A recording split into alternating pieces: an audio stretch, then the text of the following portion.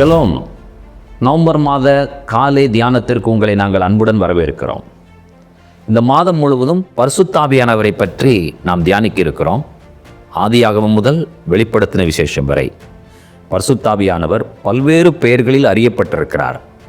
அவரை பெற்றுக்கொள்வதும் அவரை பற்றி அறிந்து கொள்வதும் பரிசுத்த ஆவியானவரை அபியாசப்படுத்துவதும் நம்முடைய வாழ்க்கையில் மிக மிக அத்தியாவசியமான காரியங்களில் ஒன்றாய் காணப்படுகிறது. வாருங்கள், பரிசுத்த ஆவியானவருடைய நிறைவை பெற்று அவருக்குள் நாம் நிலைத்து வாழ கர்த்தர் நமக்கு உதவி செய்வாராக. ஷலோம்.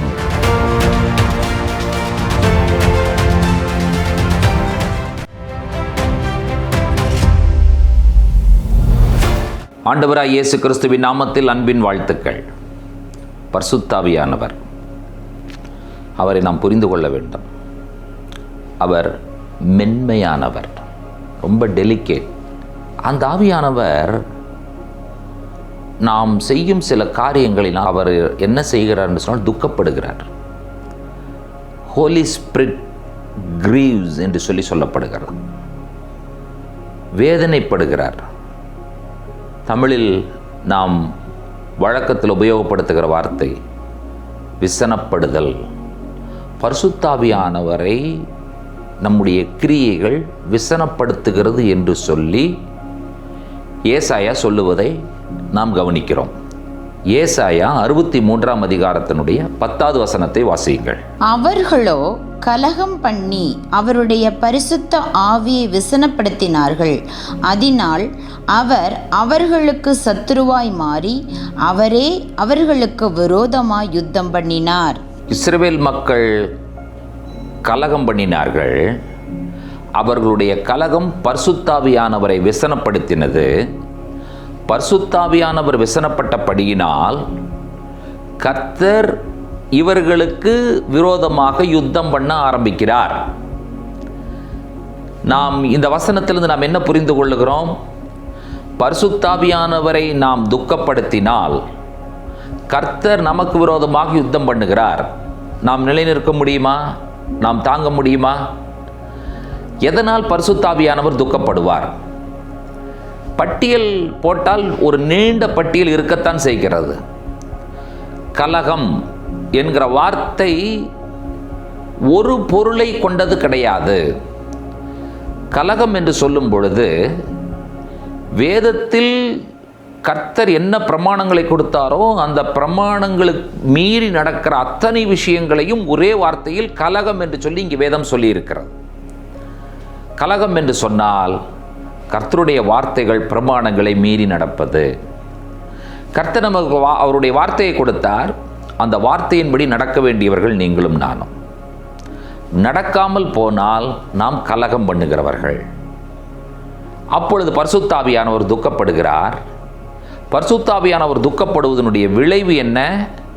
கர்த்தர் நமக்கு விரோதமாக யுத்தம் பண்ணுகிறார். சரி, இப்போ ஆண்டவர் எப்படிப்பட்டவர் என்று சொன்னால் ஒரே சூழ்நிலையில் நம்மை விட்டு விடுகிற தேவன் அல்ல. God restores us. ஏசாயா 63ஆம் அதிகாரத்தினுடைய 11வது வசனத்தை வாசிக்க கேட்போம். ஆகிலும் அவர் பூர்வ நாட்களையும் மோசேயையும் தம்முடைய ஜனத்தையும் நினைவு கூர்ந்தார்.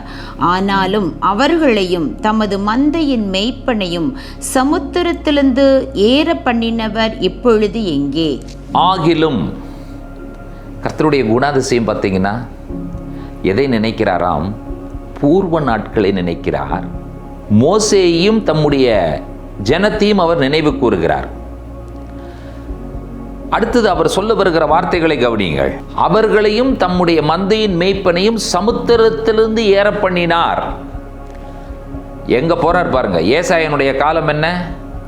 இஸ்ரவேல் மக்கள் எகிப்தின் அடிமைத்தனத்திலிருந்து வெளியே வந்த பொழுது அவர்கள் செங்கடலை கடந்தார்களே, அந்த காலம் என்ன?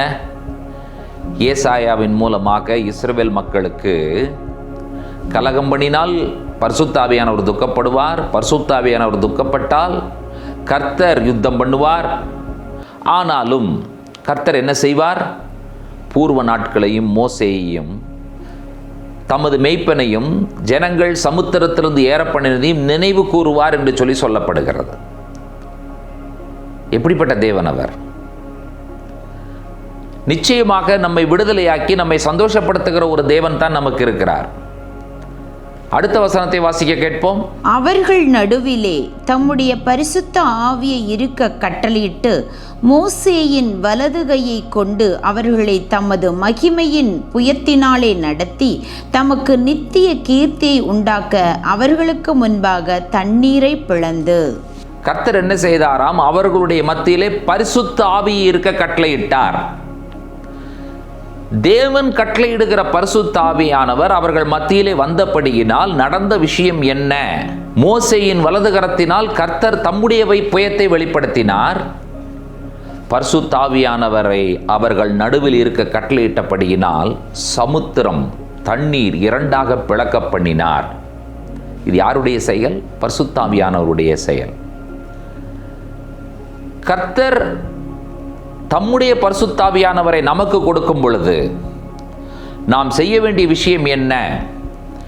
ஏசாயா சொல்ல வருகிற காரியம் என்ன தெரியுமா? நீங்கள் பரிசுத்த ஆவியானவரை வசனப்படுத்துகிறீர்கள், ஆனால் அந்த பரிசுத்த ஆவியானவர் தான் உங்களை, அதாவது உங்களுடைய மூதாதையரை, உங்களுடைய முற்பிதாக்களை என்ன செய்தார்?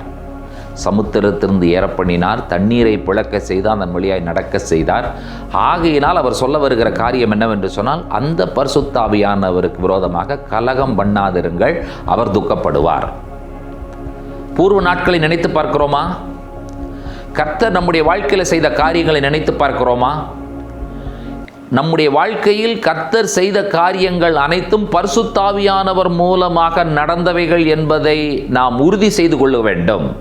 ஆம், அந்த உறுதிப்பாடு நமக்கு இருக்கிறதா? அவரால் தான் நடந்தவைகள். அப்படி பரிசுத்த ஆவியானவரால் நடத்தப்பட்ட நீங்களும் நானும் நம்முடைய கிரியைகள், நம்முடைய செயல்கள், நாம் தேவனுடைய கட்டளைகளுக்கு விரோதமாய் செய்கிற காரியங்கள் எல்லாம் என்ன செய்கிறது என்று சொன்னால் பரிசுத்த ஆவியானவரை துக்கப்படுத்துகிறதா இருக்கிறது. பரிசுத்த ஆவியானவரை துக்கப்படுத்துகிற காரியம் என்னில் ஏதாவது உண்டா என்கிற ஒரு கேள்வியை கேட்டு பாருங்கள். இப்பொழுது அதை தொடர்ந்து அதற்கடுத்த வசனத்தை வாசிக்க கேட்போம். ஒரு குதிரை வனாந்தர வெளியிலே நடக்கிறது போல அவர்கள் இடராதபடிக்கு அவர்களை ஆழங்களில் நடக்க பண்ணினவர் எங்கே? 14ஆம் வசனத்தையும் வாசிக்க கேட்போம். கர்த்தருடைய ஆவியானவர் அவர்களை பள்ளத்தாக்கிலே போய் இறங்குகிற மிருக ஜீவன்களைப் போல இளைப்பார பண்ணினார். இப்படியே தேவரீர் உமக்கு மகிமையுள்ள கீர்த்தியை உண்டாக்கும்படி உம்முடைய ஜனத்தை நடத்தினீர். கவனித்தீர்களா? தொடர்ந்து கர்த்தருடைய ஆவியானவர் ஒரு மிருகம் பள்ளத்தாக்கிலே போய் இளைப்பாறுவதற்கு போவதைப் போல அவர்களை நடத்துகிற பரிசுத்த ஆவியானவர்.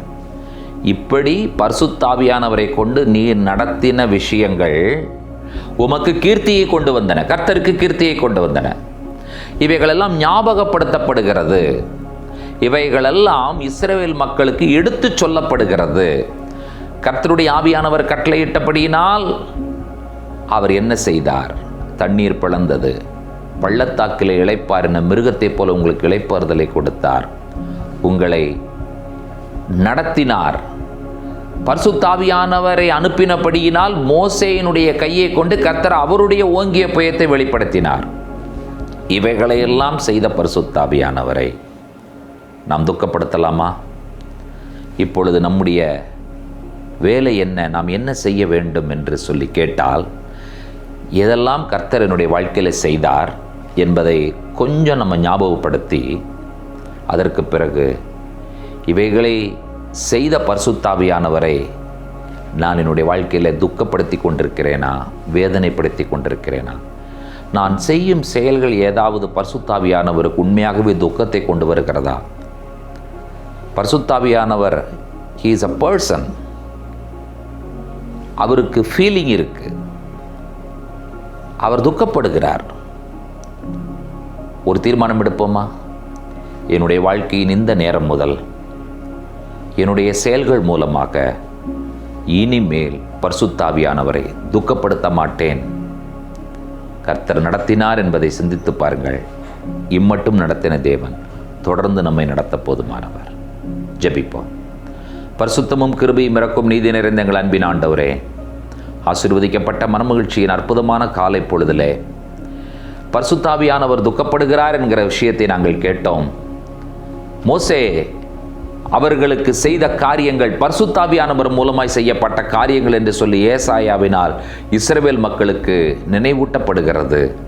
மூதாதையர்கள், முற்பிதாக்கள் அவர்களெல்லாம் இளைப்பாற பண்ணின தேவன் இவைகளெல்லாம் செய்தது பரிசுத்தாவியானவர் மூலமாக என்பதை அறிந்து கொண்டோம். இன்றைக்கு எங்களுடைய வாழ்க்கையை நாங்கள் ஆராய்ந்து பார்க்கிறோம். ஆண்டவரே, உமக்கு விரோதமான காரியங்கள் ஏதாவது எங்களுடைய வாழ்க்கையில் இருக்கும் என்று சொன்னால் நாங்கள் ஒரு தீர்மானம் எடுக்கிறோம். இனிமேல் எங்களுக்குள் வாசம் பண்ணுகிற அந்த மென்மையான பரிசுத்தாவியானவரை நாங்கள் துக்கப்படுத்த மாட்டோம். கர்த்தர் எங்களுக்கு வாக்கு பண்ணின அற்புதமான இளைப்பாறுதலின் தேசத்திற்காய் நாங்கள் நன்றி சொல்லுகிறோம். எங்களோடு ஜெபத்தில் இணைந்து ஜெபித்து கொண்டிருக்கிற எல்லா தேவ பிள்ளைகளுடைய வாழ்க்கையிலும் அவர்கள் தங்களுடைய வாழ்க்கையை ஆராய்ந்து பார்த்து பரிசுத்தாவியானவரை துக்கப்படுத்துகிற காரியங்கள் இருக்கும் என்று சொன்னால் அவைகளிலிருந்து அவர்கள் விலகி, ஆண்டவரே உம்முடைய ஆனந்த சந்தோஷத்திற்குள் நுழைய கர்த்தர் உதவி செய்ய வேண்டும் என்று சொல்லி ஒப்புக் கொடுத்து ஜெபிக்கிறோம். துதி கன மகிமை உமக்கே ஏறெடுக்கிறோம். இயேசு கிறிஸ்துவின் வல்லமுள்ள நாமத்தில் வேண்டுகிறோம், ஜெபம் கேளும் பரிசுத்தமுள்ள பிதாவே. ஆமேன், ஆமேன். நம்முடைய கர்த்தராகிய இயேசு கிறிஸ்துவின் கிருபையும் பிதாவாகிய தேவனுடைய அன்பும் பரிசுத்த தேவாவியானவருடைய அந்யோன்ய ஐக்கியமும் சிநேகமும் நம் அனைவரோடும் கூட கர்த்தருடைய வருகை பரியந்தம் நீடித்து நிலைத்திருப்பதாக. ஆமேன், ஆமேன். தேவ கிருபையும் சமாதானமும் பெருகுவதாக. ஷலோம்.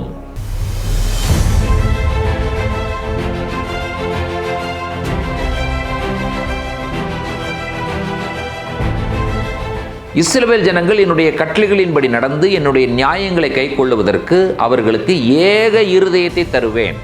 ஏக இருதயம் என்று சொல்லும் பொழுது ஒன்னஸ் ஆஃப் ஹார்ட், ஒரே இருதயத்தை தருவேன். ஒரு மனமுள்ள இருதயத்தை அவர்களுக்கு நான் தருவேன். தோராவின்படி, ஸோ தோரா அப்சர்வன்ட் பீப்புள், அப்படி நடக்கிற மக்கள் தான் யாராக இருக்க முடியும் என்று சொன்னால் கர்த்தருடைய ஜனங்களாய் இருக்க முடியும். அவர்கள் என் ஜனங்களாய் இருப்பார்கள், நான் அவர்கள் தேவனாய் இருப்பேன்.